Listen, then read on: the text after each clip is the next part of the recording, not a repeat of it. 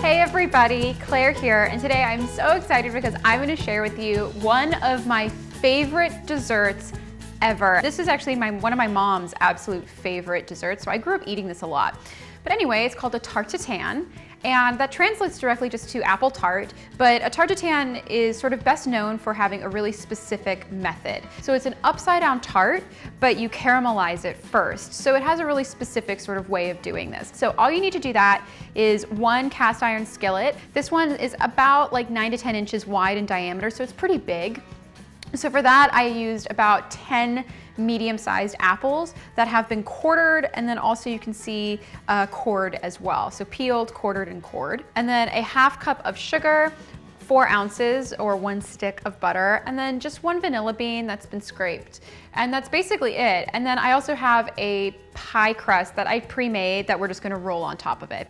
First thing I'm going to do is take room temperature butter and put it on the bottom of the pan and just pat it so it's really even. So I'm going to add the vanilla to the sugar. Okay, so what I'm doing here is I'm using my fingers to basically break the sugar and the vanilla beans together. The vanilla beans kind of have this habit of like gluing together a little bit, and so I want that spread pretty evenly throughout the sugar. And so I'm now just gonna spread this out over the entire pan, and then I actually shake the pan, and that just helps everything lie really flat. All right, so now is the fun part. This is where the Tarte Tatin gets its really signature look. So I take the apples, and at first it's kind of awkward because you're having to balance them, but once you sort of start moving around, it gets easier and easier. So I try to do it so that it's this point, the more pointy part is facing down and the broader butt is facing up. And the reason why is because when you flip it, it's better to have the larger part at the base. So you kind of, it's almost like penguins in an ice storm. You know, you want them really cuddled up close on each other. And I'm just gonna keep going around and around until I've filled up this entire pan, and you want it to be really snug. Well, this looks great, and you can see it's a super simple shape. You can try to get fancier with it, but I just like the classic.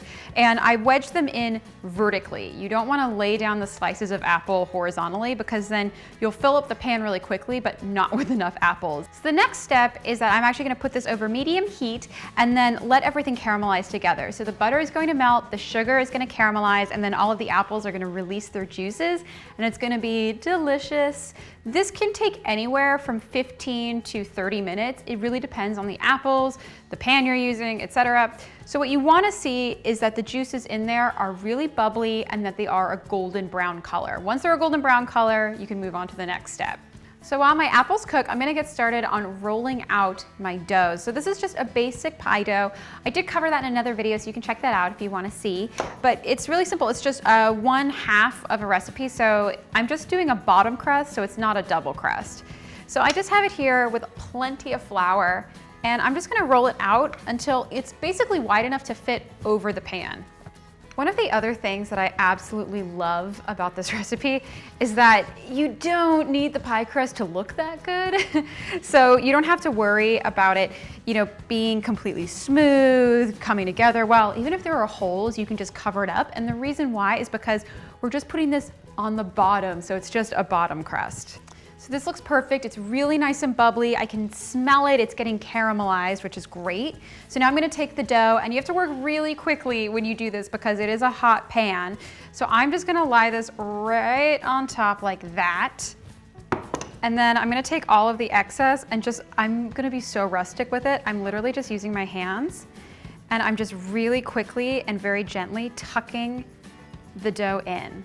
There we go. And if you do want a little bit of a border, feel free to take some of the dough and just stuff it in, and that'll create like kind of an edge. So I have my heat off, I have a cloth to help me, and I'm now gonna pop this in the oven at about 400 degrees for 20 to 25 minutes until the dough is golden brown.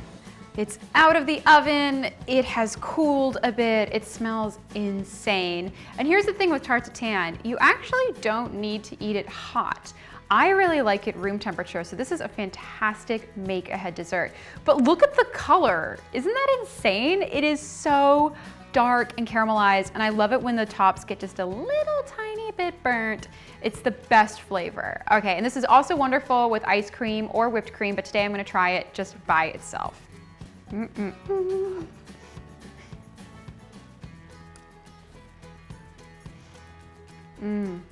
This makes me so happy. I love it because the pie crust is super tender, but also flaky. Because we didn't bake it with all the fruit on top of it, it never got soggy. It stayed really crisp and delicious. But the apples are so creamy. You know, they just kind of melt in your mouth and they have this really deep, really intense flavor. I love this. If you are really into apple pie, but want to kind of mix it up and try something different, a Tarte Tatin is 100% the way to go. All right, well, I'm just gonna keep eating this, but I hope you enjoyed watching how to make a Tarte Tatin. And yeah, any questions, comments, put them below, and I'll see you guys next time. Bye.